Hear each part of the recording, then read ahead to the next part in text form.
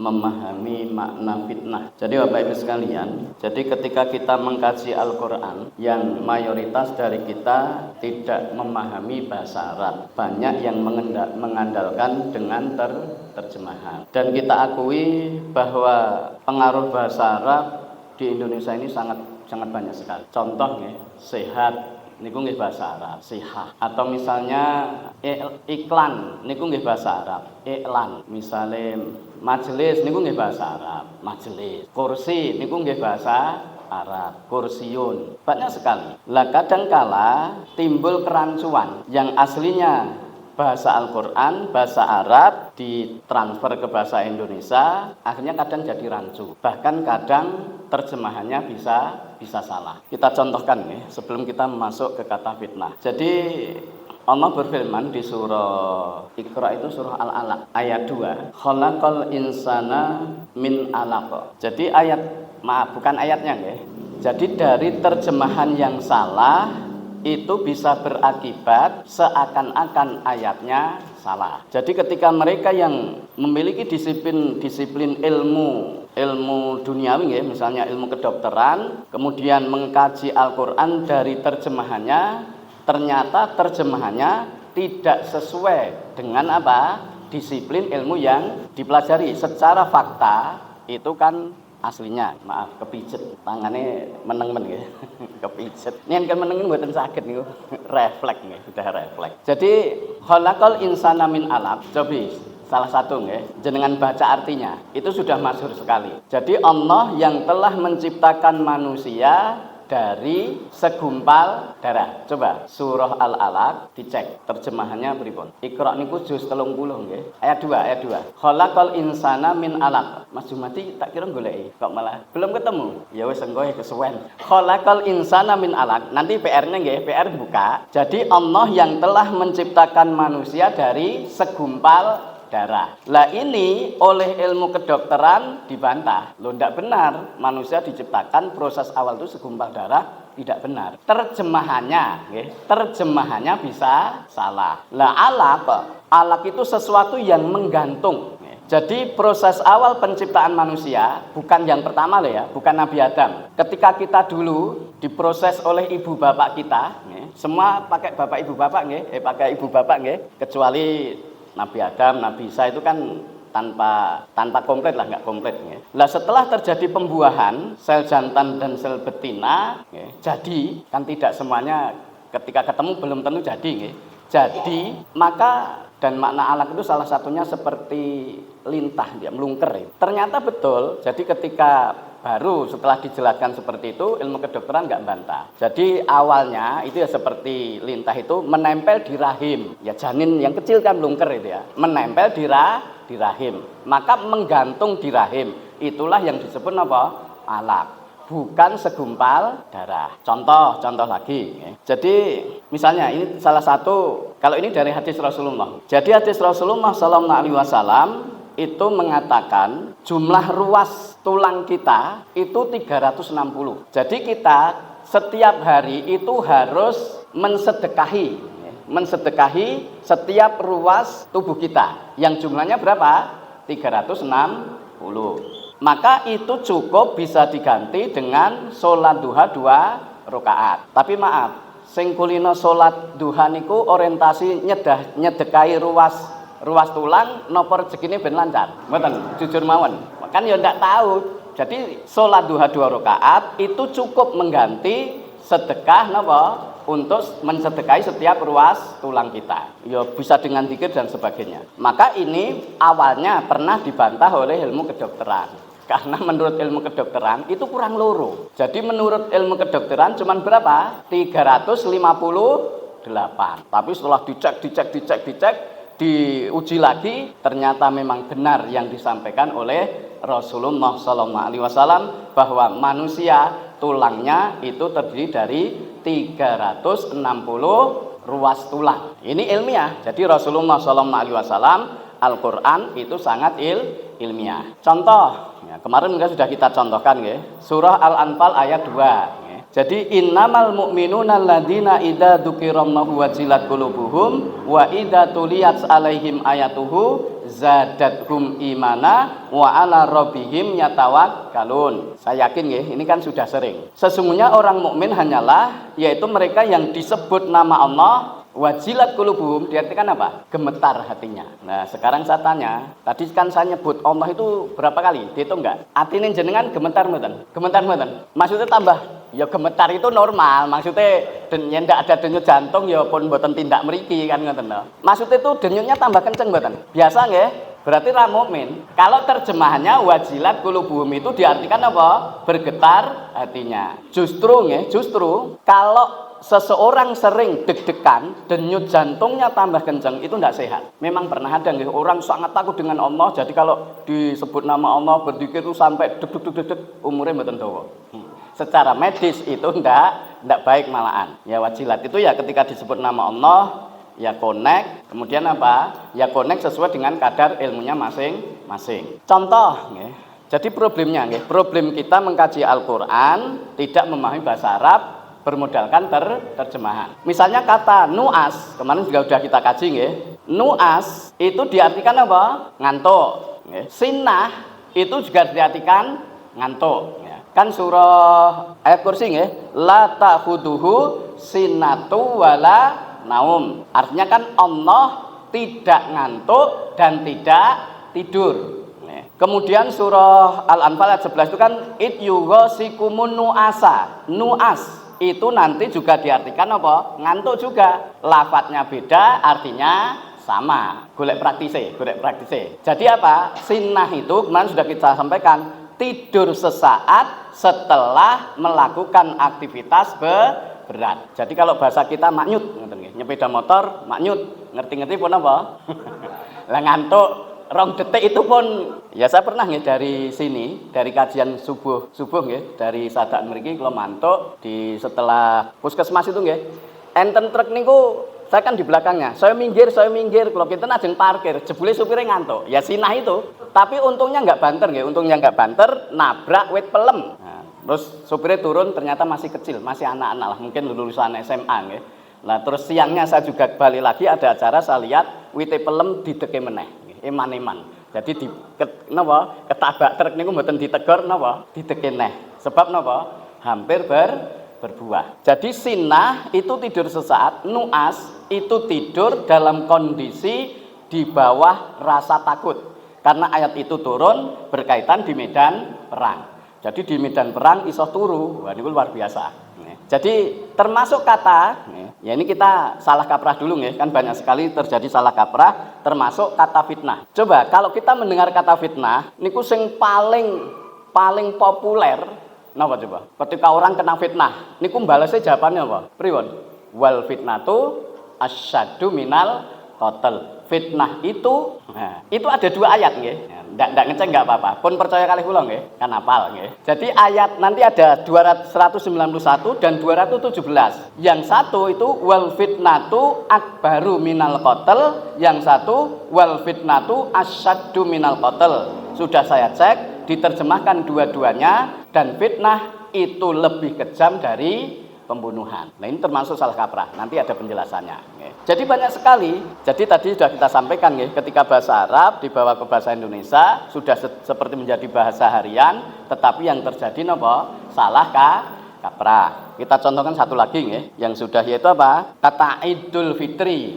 Kita sudah paham. Idul Fitri itu sering diartikan apa? Kembali suci. Padahal Idun itu apa? Idun itu hari raya Surah Al-Maidah. Jadi Nabi Isa alaihissalam beliau kan pernah diminta oleh umatnya. Jadi idqalal hawariyuna ya Isa bin Maryama hal yastati'u rabbuka ayyunazzila alaina ma'idatan minas sama. Dan ingatlah ketika hawariyin, pengikut setianya Nabi Isa, itu minta kepada Nabi Isa, ya Isa, apakah Tuhanmu mampu menurunkan hidangan dari langit? Ini pertanyaan kurang nggih.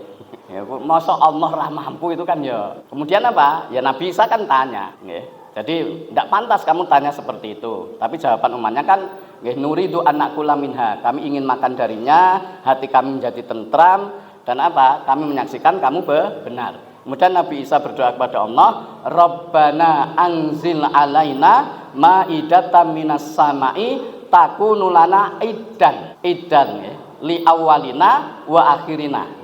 Ya Allah, turunkan kepada kami hidangan dari langit yang hari turunnya itu akan kami jadikan aidan. Itu dari idun, karena objek fatkah ya. Maka apa? Akan kami jadikan idan hari raya. Jadi idun itu artinya apa? Hari raya. Idul Fitri, hari raya makan. Mboten kembali suci. Ini salah satu contoh salah kaprah. Sekarang termasuk yaitu apa? Kata fitnah.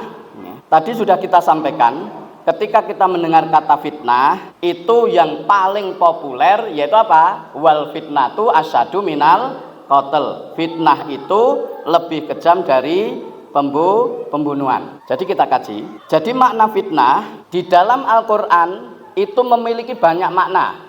Dan itu biasa terjadi di dalam Al-Quran. Maka ulama menyimpulkan ya, jadi sesuai dengan konteks kalimatnya. Tidak boleh kita langsung menyimpulkan satu dari kata atau dari satu ayat. Tidak bisa ya. Contoh, jadi kemarin terjadi ketika saya selesai kajian di Margo Asri, biasanya ya mereka kan sampai waktu surup, kemudian sholat isyraq, terus sarapan. Nah biasanya ada yang banyak yang tanya. Jadi ada seseorang itu yang meragukan ruqyah. Jadi ruqyah itu hanya untuk orang yang berdosa. Lah mosok balita, bayi di ruqyah wis reaksi, berarti bayi duwe dosa. Karena dia berpegang satu ayat bahwa setan itu dikirim kepada para pendosa. Lah ini hanya dari satu ayat. Enggak boleh.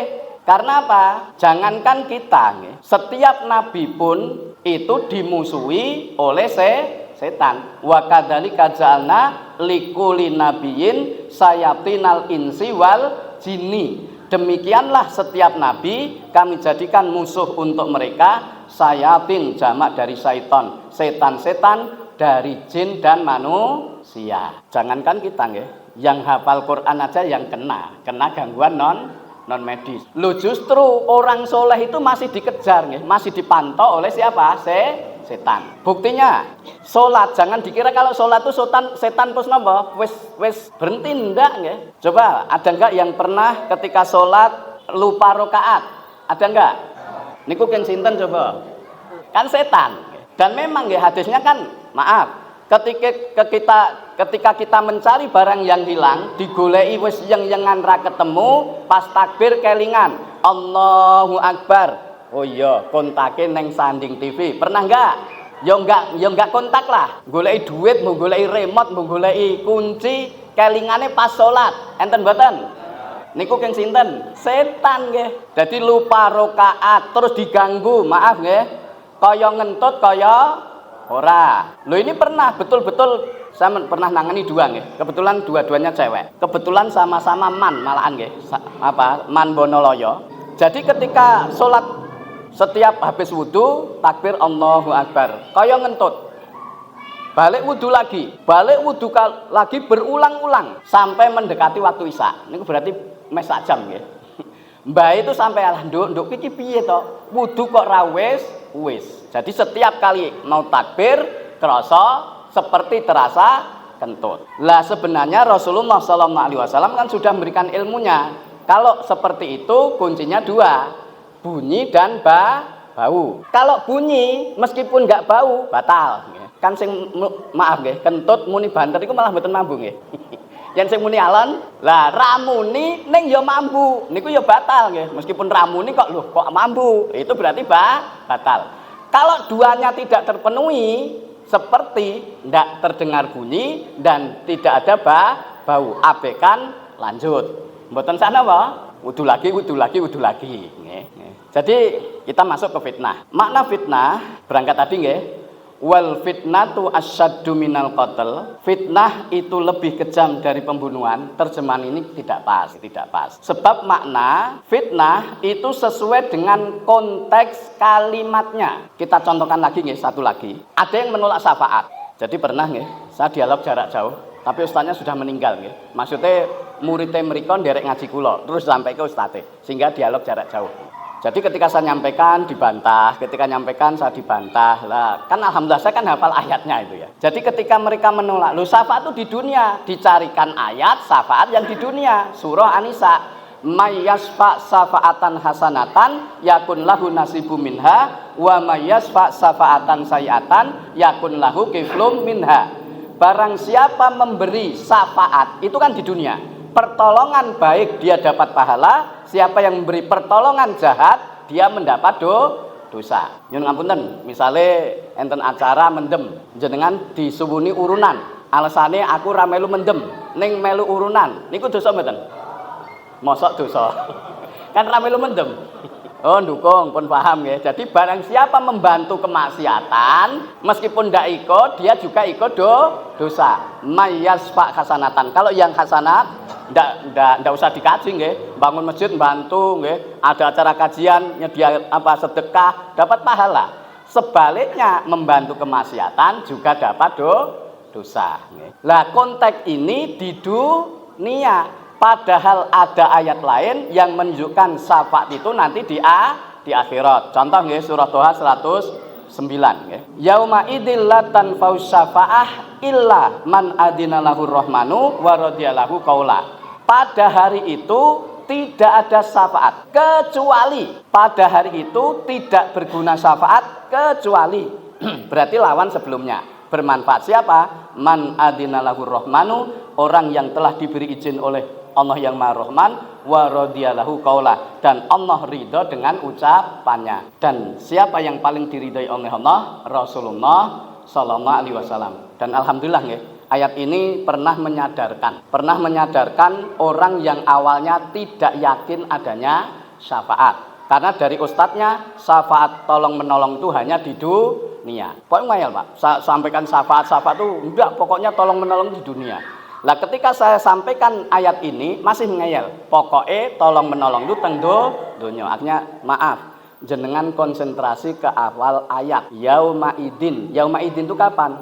Nggih jingben. Jingben itu kapan? Hari kiamat. Jadi ayat itu nanti pada hari kiamat. Lho akhirnya ngeten nggih. Lah yen kula niku yen ngaji kok pindah-pindah melu rono melu rene niku ibaratnya numpak bis mosok supire loro kan mboten angsal. Lah kalau main logika, kula nggih main logika nggih. Nggih mboten napa-napa, sing penting nyupire mboten bareng. Dulu kan dereng enten tol nggih. Seragen Jakarta bis malam supire pinten? 2, sing siji nyopir, sing siji teng dhuwur bagasi nggih di belakang. Nanti berapa jam kan gantian. Lah kula nggih ngoten, mboten napa-napa, sing penting nyupire ora bareng. Nah terus lo ngeten. Maaf ya, ndak usah lanjutkan. Nanti jadi masalahnya. Jadi intinya apa? Kalimat kata di dalam Al-Qur'an sesuai dengan konteks kalimatnya. Termasuk fitnah. Fitnah memiliki makna satu. Banyak ya di dalam Al-Qur'an. Adab. Kita buka surah Al-Anfal nggih. Wattaqu fitnatal la tusibannal ladzina dzalamu minkum khosoh. Dan takutlah kalian akan fitnah. Fitnah di situ maknanya adalah adab. Jika diturunkan, Allah tidak pilih kasih. Artinya apa? Ketika adab turun, tidak hanya menimpa orang dolim saja. Artinya apa? Sing sregep ngaji nggih kena. Jadi kalau maaf, jangan contoh sini nggih, mripo. Allah nurunkan adab di satu tempat. Niku sing soleh mboten soleh, sing salat ra salat, sing sregep ngaji ora sregep ngaji, nggih kena. Maka kan Rasulullah pernah nggih menjelaskan kepada Ibunda Aisyah, ketika nanti terjadi kiamat, ada pasukan di situ ya, ada yang soleh, ada yang tidak, ditenggelamkan di bumi. Lah Ibunda Aisyah tanya, ya Rasulullah, itu kan ada yang soleh, ada yang tidak soleh. Maka beliau menjawab, nanti dibangkitkan sesuai dengan isi hatinya, sesuai dengan apa? Niatan hatinya. Jadi yang pertama, makna fitnah apa? Adab. Jadi kalau sudah turun, sing mulang ngaji nggih kena, sing ra mulang ngaji nggih kena. Sing sregep salat nggih kena, sing mboten sregep nggih kena. Sing seneng maca Quran ya kena, sing ra tau maca Quran ya kena. Tetapi napa? Nanti dinilai sesuai dengan kondisi hati masing-masing. Yang kedua, jadi makna fitnah itu kesirikan. Maka wa qatiluhum hatta la takuna fitnah. Perangilah mereka sampai tidak ada fitnah. Fitnah di situ maknanya apa? Kesirikan. Dan surah Al-Baqarah, nggih, Al-Baqarah tadi nggih, 217 dan 191, fitnah maknanya adalah kesirikan. Wal fitnatu asyaddu minal qatl, artinya apa? Dosa syirik lebih besar dari dosa membunuh. Maaf Bapak Ibu sekalian nggih. Ini memang agak dilematis nggih. Jadi kalau di budaya orang Jawa, niku orang itu akan dianggap mulia, tinggi derajatnya. Niku kalau mboten apa? Mboten molimo. Molimo niku napa? Main, mendem, medok, napa meneh, Pak? Main, mendem, medok, main, terus maling nggih. Madat, wis pokoke molimo ngoten nggih. Tapi saiki diganti, madhep mantep melu mara tuwa. Sing melu mara tuwa nggih. Mara tuwa mati melu mati. Pun. Tapi intinya nggih, nyuwun ngapun nggih, Kyai Jawa kok tidak molimo, itu di tengah masyarakat dihormati luar biasa. Meskipun melakukan kesirikan. Tetapi berbeda dalam Islam nggih. Selama dia tidak melakukan kesirikan, itu masih ada nilainya di hadapan Allah nggih. Maaf, meskipun enggak molimo, tapi kalau dia mati mempersekutukan Allah, tidak bertobat, ya sudah, tidak ada ampunan. Tetapi ketika melakukan dosa besar, maaf nggih, jangan salah. Mboten sing tidur nggih niki. Maaf, kalau tidur kan molimo oleh ngoten ya. Niku kan bahaya nggih. Molimo oleh, bahaya nggih. Jadi meskipun dia melakukan molimo tetapi tidak melakukan kesirikan, mati, dia masih ada peluang masuk surga. Tetapi kalau molimo, ndak molimo tapi sirik ndak tobat, ndak ada peluang masuk surga. Yakhruju minan nari man kana fi qalbi misqala dzarratin min iman. Akan keluar dari neraka orang yang di dalam hatinya ada tauhid meskipun seberat darah. Lah darah itu juga dulu diartikan apa? Biji sawi. Lah setelah ilmunya berkembang, sekarang terjemahannya menjadi apa? Atom. Jadi ada tauhid, iman sekecil apapun tetap akan dikeluarkan dari neraka. Jadi wal fitnatu asyadu minal qatl. Dosa fitnah, dosa syirik itu lebih besar dari dosa membunuh. Bahkan bahaya nggih. Bahkan di surah An-Nisa, membunuh orang mukmin dalam keadaan sengaja itu ancamannya kan jahanam, kemudian dilaknat, khalidan fiha, kekal di dalamnya. Jadi maaf, hari ini berita tiap hari ini kok hampir terjadi napa? Gara-gara susuk ra disusui, dendam. Gara-gara napa? Dikatakan sesuatu yang tidak mengenakan, bunuh dan sebagainya. Wah, itu bahaya sekali. Karena apa? Orang yang membunuh orang mukmin dengan sengaja, bukan karena kisos atau yang lain dibenarkan oleh syar'i, maka diancam oleh Allah. Langsung 3, dilaknat, jahanam, kekal di dalamnya. Naudzubillah min dalik. Bahkan ketika membunuh keliru karena kesalahan, misalnya nggih, berburu nembak ternyata kena. Itu ternyata apa? Tobatnya harus napa? 2 bulan berturut-turut. Poso rong sasi. Kuat mboten poso rong sasi? Poso sesasi mendono apa?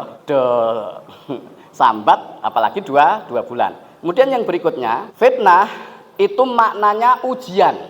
Wa'lamu annama amwalukum wa auladukum fitnah. Ingatlah anak harta kamu itu adalah fitnah. Napa?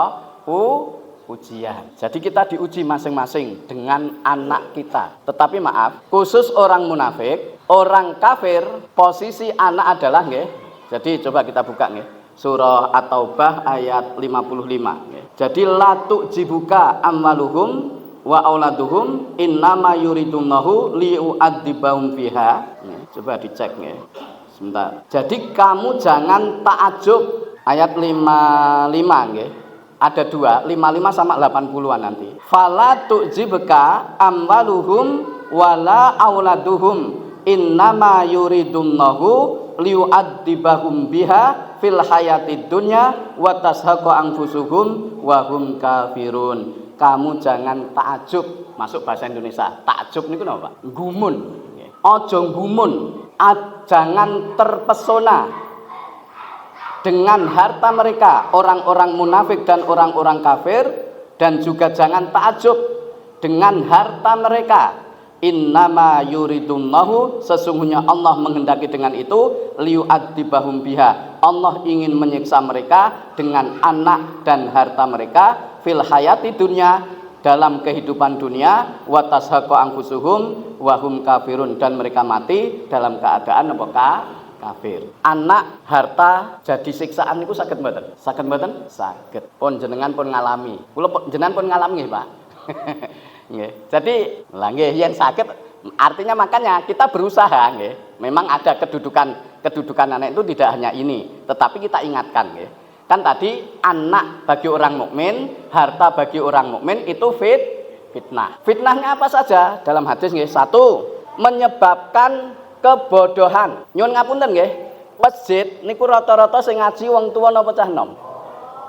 Oh, ibu-ibu nggih wong tuwa. Gelem ngaji, sregep ngaji, yen wis pensiun. Tesih dinas, sih tugas mboten purun ngaji. Alasane napa? Lah nggih repot nggih sinten? Nggo anake, ngoten to? Oh, anakku urung iso gawe omah, mikir anake. Nggih niki nggih. Niki saene wong Jawa nggih. Yen syariat niku wis balik diculke ra apa-apa. Wong Jawa niku nganti duwe putu wae sing rekoso mboke pake napa mbae? Ketake korban niki. Pake mboke ra gagas nyekolahke anake, sing mikir mbae. Gawe omah sing mikir. Lho ketake padha kabeh nggih. Nggih niku apike wong Jawa. Apike wong Jawa niku wis pripun? Oh, mbah nggih tambah nggih. Mula nggih wong Jawa niku wis mengko lair putu bar putune napa? Buyut. Ya mikir yen tekan nggih, yen tekan. Yen urung ya berarti pun mboten enten. Lah bagi orang, 1 kebodohan. Yang kedua, napa? Rasa wedi. Nah, maka kan maaf, orang mukmin itu mengalami mati sekali. Sedangkan orang munafik, orang kafir mati berkali-kali. Nah, dalam hadis kan maksudnya ngeten nggih. Kalau orang mukmin diuji seberat apapun niku ndak akan mengatakan pengen mati. Tetapi orang munafik, orang kafir, lara sithik sambate napa? Mati aku. Saya sering mendengar di wadah sakit yang mungkin sakit banget sambate napa? Mati aku. Sesuk kesandung, mati aku. Tiba, mati aku. Matine berkali-kali. Tapi kalau orang mukmin kan enggak, kesandung innalillahi. Lara pripun? Zikir ngoten nggih. Niku paseling nggih. Paseling karo sadar. Yen pas ora eling karo ora sadar, kesandung ya enek sing mati aku juga ngoten nggih. Maka apa? Bagi tadi nggih, rasa napa? Ketakutan. Alesane wedi mergo jek. Lho ini kan maaf nggih. Aja sik toh, rasa mati sik lah. Anakku jek cilik. Alasane anake jek cilik. Engko yen wis gedhe, alasane pripun? Urung. Lah niku nggih urung mantu. Wis mantu? Padha mawon niku mengalesan nggih. Jek cilik alasane anake jek cilik, rung mantu. Alasane rung mantu, wis mantu urung duwe putu. Nah, niku mung alasan wedi mati. Tetapi rata-rata alasannya anak niku nggih. Jadi pengecut, takut, kemudian apa? Kebodohan. Karena apa? Gelem ngaji yen wis do pun sepuh. Tapi nggih alhamdulillah sepuh-sepuh kersa ngaji. Sebab tesih enten tuwek-tuwek sik nakal niku nggih enten nggih. Napa? Wis tuwa? Oh napa enten? Oh enten kathah nggih. Maka batasnya umur 60 tahun nggih. Jadi bapak-bapak, ibu-ibu sekalian, batas udur yang diterima Allah itu umur 60 tahun. Yen sih lebih 60 tahun kok jek petakilan, Allah sudah tidak menerima udur. Maka salah satu yang dibenci oleh Allah itu kan 1, maaf, wis tuwek zina. Ini kan dibenci oleh Allah luar biasa. Yang kedua, wong melarat sombong. Enten mboten wong melarat sombong? Oh enten. Jadi nggih, jadi napa? Melarat. Kalau wong sugih melarat niku memper nggih. Di omah telu, mobil telu, bojo telu niku memper. Sombong kemaki sember. Wis ra duwe apa-apa kemaki. Maka Allah benci. Kemudian makna fitnah berikutnya. Jadi tadi yang pertama adab nggih, adab. Kemudian yang kedua kesirikan, yang ketiga ujian. Kemudian ujian dalam pengertian bukan dalam ujian iman nggih. Kemudian ujian iman yaitu dalam surah Al-Ankabut nggih, surah ke-29, ayah sabul insanu ayutraku ayakulu amanah wa hum la yuftanun nggih. Apakah mereka menyangka mereka dibiarkan saja amanah kami beriman wa hum la yuftanun sedangkan mereka tidak diuji lagi. Ya diuji dengan syariat, diuji dengan yang menyenangkan, diuji dengan yang tidak menyenangkan. Jadi Bapak Ibu sekalian, makna fitnah di dalam Al-Qur'an itu memiliki makna yang banyak, tetapi mboten napa tadi, fitnah lebih kejam dari pembunuhan. Sebagai menutup nggih, bahkan istilah ini juga sangat populer nggih. Ayat ini sudah sangat populer, yaitu napa? La ikraha fiddin. Artinya apa? Tidak ada paksaan dalam agama. Ayat ini untuk di luar Islam. Kan ayat selanjutnya sudah jelas sebenarnya. La ikraha fiddin qad tabayyana rusdu minal ghayy. Sudah jelas mana yang benar, mana yang salah, mana yang hak, mana yang batil. Sehingga enggak perlu dipaksa, nggih. Tetapi kan ayat ini sering dipakai. Ketika wong muslim ra gelem salat, dielekke salat, jape pripun? La ikraha fiddin. Wayahe poso kon poso, Ramadan ora poso. Jawabe pripun? La ikraha fiddin. Kon sedekah ra gelem sedekah alasane la ikraha fiddin. Agama itu urusan privasi masing-masing. Salat ra salat hubungane karo Allah. Bahkan maaf, ini talbis nggih. Sing ra salat ra apa-apa, sing penting apik ora mungkin ora salat kok atine apik, mboten mungkin niku nggih. Mboten mungkin nggih. Kan sering nggih, sing penting ora salat ora apa-apa, ora poso ora apa-apa, sing penting atine wong ra salat wis elek kok atine apik kok ngendi ngene. Iki nggih macam-macam nggih. Jadi kalau dikaji lebih jauh itu pernyataan mung napa? Alasan. Jadi Bapak Ibu sekalian, monggo kita semakin banyak mengkaji sehingga tidak mudah terjebak. Apalagi maaf nggih, belajar sendiri, diterjemahkan sendiri, langsung disimpulkan. Maka sering terjadi kesalahan. Ini yang bisa kita sampaikan, kurang lebihnya maaf. Semoga kita semakin berilmu. Kalau ilmunya banyak, insya Allah wawasannya lebih luas. Kalau wawasannya luas, insya Allah tidak mudah marah. Akan memiliki sifat yaitu tasamuh, lapang karena sudut pandang itu banyak. Aku lu kali hada fastaghfirullah li wa lakum wa akhiru da'wana alhamdulillahirabbil alamin. Assalamualaikum warahmatullahi wabarakatuh.